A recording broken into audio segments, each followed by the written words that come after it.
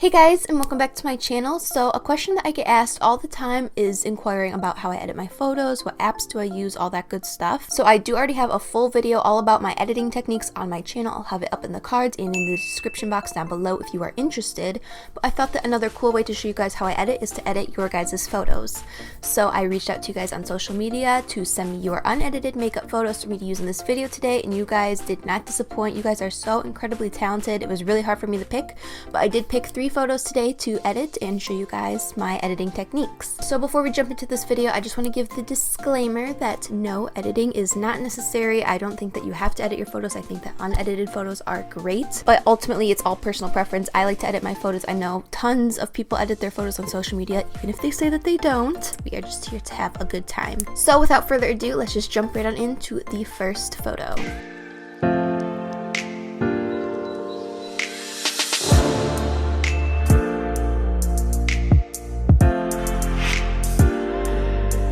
So the first photo that I'm editing today comes from Rachel K Beauty. She is absolutely stunning, super talented, and she did a little bit more of a creative makeup look, so I wanted to show you guys how I edit more creative makeup looks. So let's just jump right on into the editing process. So the first thing that I do when I bring a photo into Photoshop is determine the cropping. So do I want this to be a square photo or a portrait photo?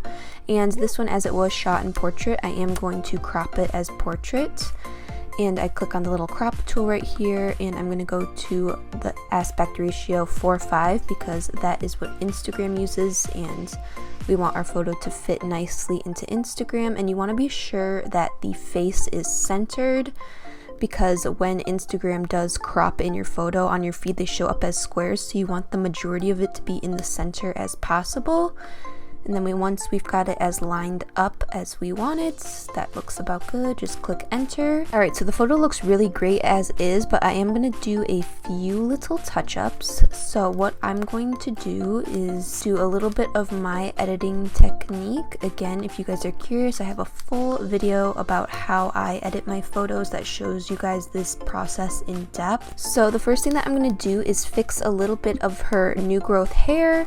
I'm a blonde as well, so I am constantly fixing this on myself. Click on the paintbrush, use the eyedropper tool, and kind of paint this a little bit over that new growth, just so she looks like she has a little bit more of freshly touched up roots, because I know it's frustrating as a blonde when your new growth comes in and disrupts your photo. Believe me, I've been there.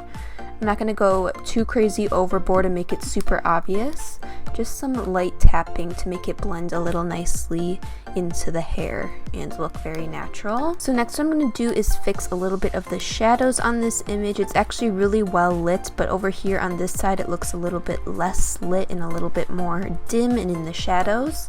So what I'm going to do is, again with my paintbrush tool, use a little bit of a smaller brush, and I'm going to color select some of her skin color, and I'm just going to lightly tap this over top of that shadowy area. Again, you can do this on any part of your face where it's a little bit discolored. This is kind of like doing the tones tool in Facetune if you're familiar with that app. And we're just going to go over some of the areas where things got a little bit discolored or shadowy very lightly. Okay. So as you can see, we just brought those areas forward a little bit more and added a lot more light to the face. Okay, and the next thing that I'm going to do is add a little bit of brightness to her eyes. This is one of my favorite things to do in Photoshop, because I feel like it really brings forward the attention to your eyes. She has really gorgeous blue eyes, so what I'm going to do is add a new layer and go to overlay and get white selected. And then I'm just going to draw over the whites of her eyes. See how she has like a little ring light reflection, and just go over some of the bright parts of her eye to bring those forward and add some brightness. And then in another layer, sometimes I will add a little bit more brightness to the eye by going just on the bottom part of the eye. Got a little crazy, clean that up.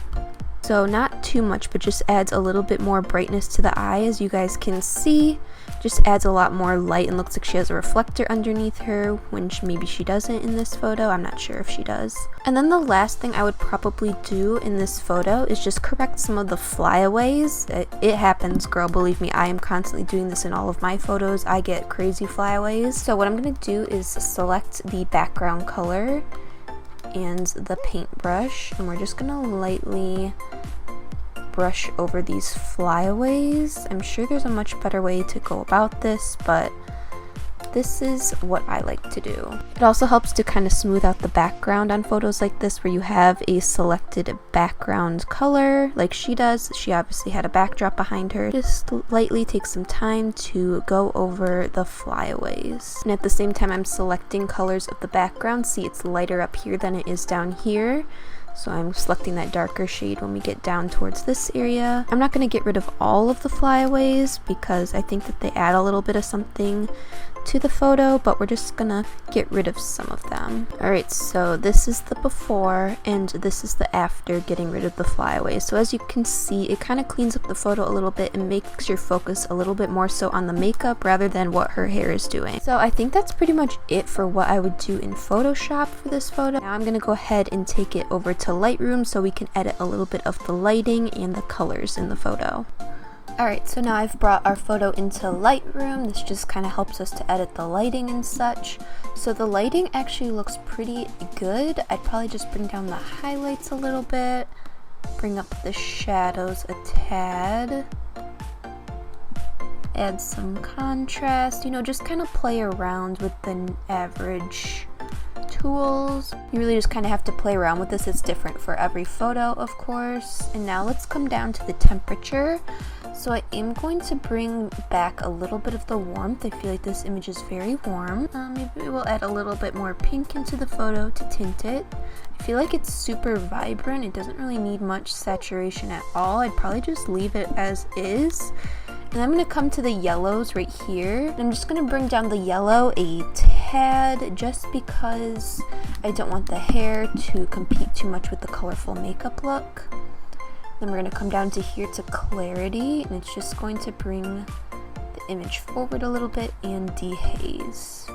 So this is the before and this is the after. It just really sharpens up the image, takes away some of that warmth, and gives you a little bit more of what that look that she did would look like in real life. So as you guys can see, here's the before and after. The before on the left and the after on the right, just really cropped in to focus in more on that makeup look that she did, emphasize some of the colors, sharpened it up. I think it came out really great. Let me know your guys' thoughts down in the comments below, and let's move on to our next photo. The next photo I have to show you guys today comes from Danny. It's just a simple glam but super gorgeous nonetheless, and I wanted to show you guys how I make my glam photos pop. So without further ado, let's jump right on into the editing. Alright guys, so this is our next photo, this gorgeous photo right here. I'm gonna go ahead, as we did last time, and crop it in and just focus it more on her face.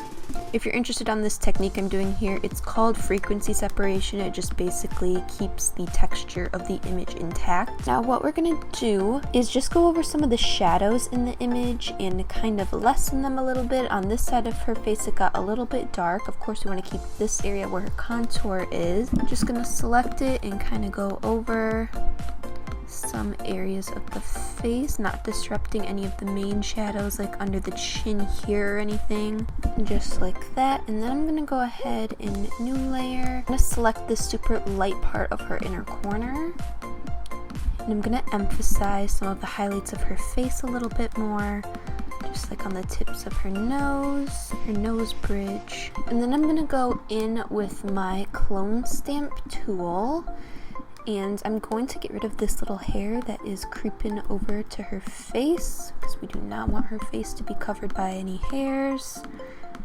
What this does is just picks up your skin texture and covers over that area. I'm gonna go through and clone stamp some of the areas of her face that maybe have a little bit of imperfections.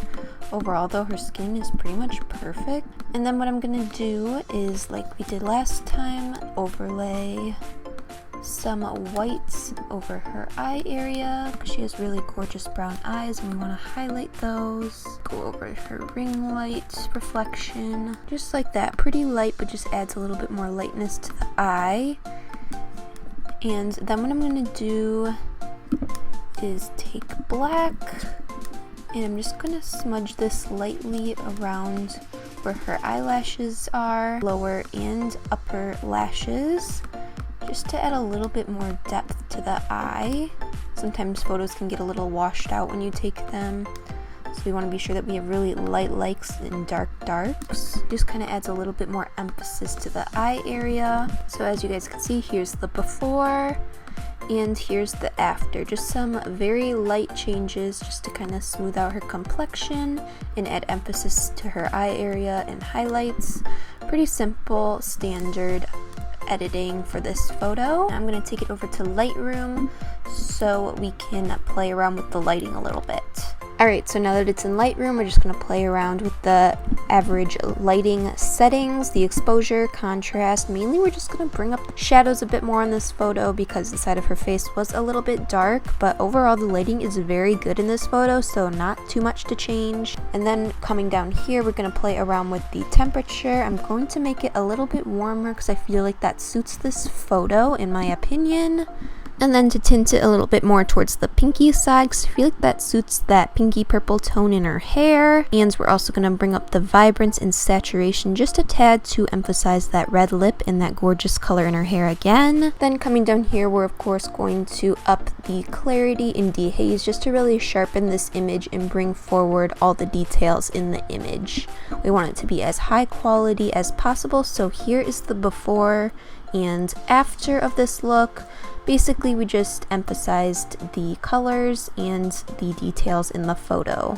And here you guys have the before and after, before on the left and after on the right. I'm super happy with how this came out. Just some minor details can really emphasize an image and make it super ready for posting to Instagram. So this is what I would do if I were to edit this photo and it was my photo. I think it came out great. Let me know what your guys' thoughts are down below, and let's move on to our final photo. The last photo I'm going to be editing today comes from Janessa. She sent me a great close-up eye photo. These are super popular, obviously, on Instagram, so I wanted to show you guys some of the behind the scenes of how I would personally edit this photo if it were me. So without further ado, let's jump right on into the editing. Alright guys, so you know the drill by now. The first thing we're going to do is crop this image. I feel a square crop would suit this photo best, so that's what we're going to go for. Try to get the majority of the eye look in the center as possible and press enter when it looks good. We cut out a little bit, but we got the majority in the frames, so that's all that really matters. So now what I'm going to do is add a little bit of brightness to the eye. As you can see, the eyelashes are kind of covering it a little bit, and we want to of course bring emphasis to the eye. So I'm just going to take white and overlay on top of where that shadow is and just kind of bring the eye forward a little bit because it did get lost. This can just happen when your eyelashes are a little bit more big and fluffy. I know firsthand I love me some good fluffy eyelashes, but it's very important to show off the brights of your eyes. I just feel like it overall brings the photo together a lot more.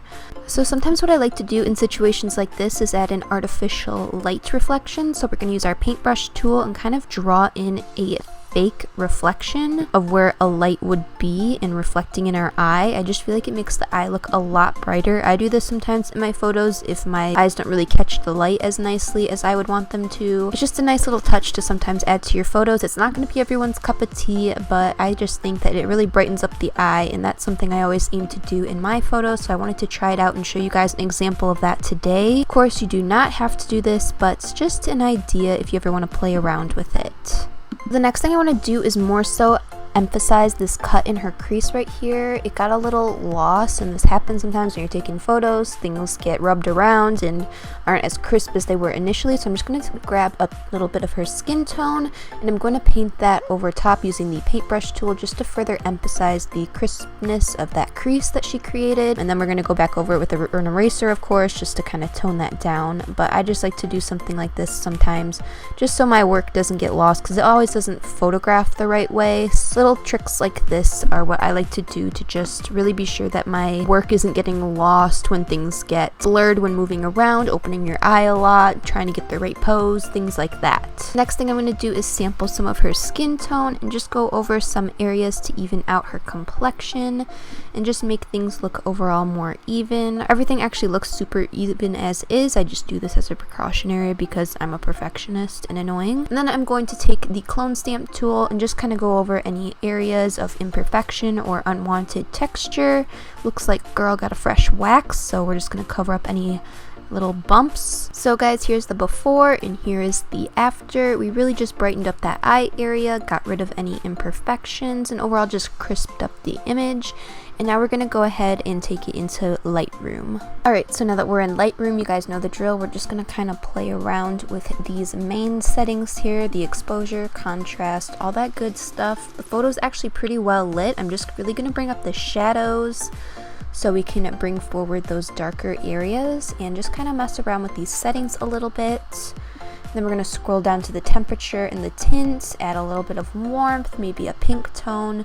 The saturation is actually super nice, so I don't think I'm really going to play around with that too much. Maybe just add like 1 or 2. And then of course go down to clarity and dehaze just to really bring forward those details and add a real pop to the image. Alright guys, so here's the before and after. Before on the left and after on the right. Tell me how you guys feel about the artificial light reflection. I feel like it adds a lot more brightness to the eye, but I know not everyone's gonna like it. But overall, I feel like we really brightened up and crisped up the image and made it Instagram ready. I look forward to seeing what you guys have to say down in the comments below. Alright guys, so that is it for this video today. I really hope that you guys enjoyed and learned something. Again, my editing video is down in the description below if you are curious. Please don't forget to follow me over on social media, Mcdrew on Instagram and _Mcdrew on Twitter, so you guys are notified next time that I want more unedited photos for a part 2.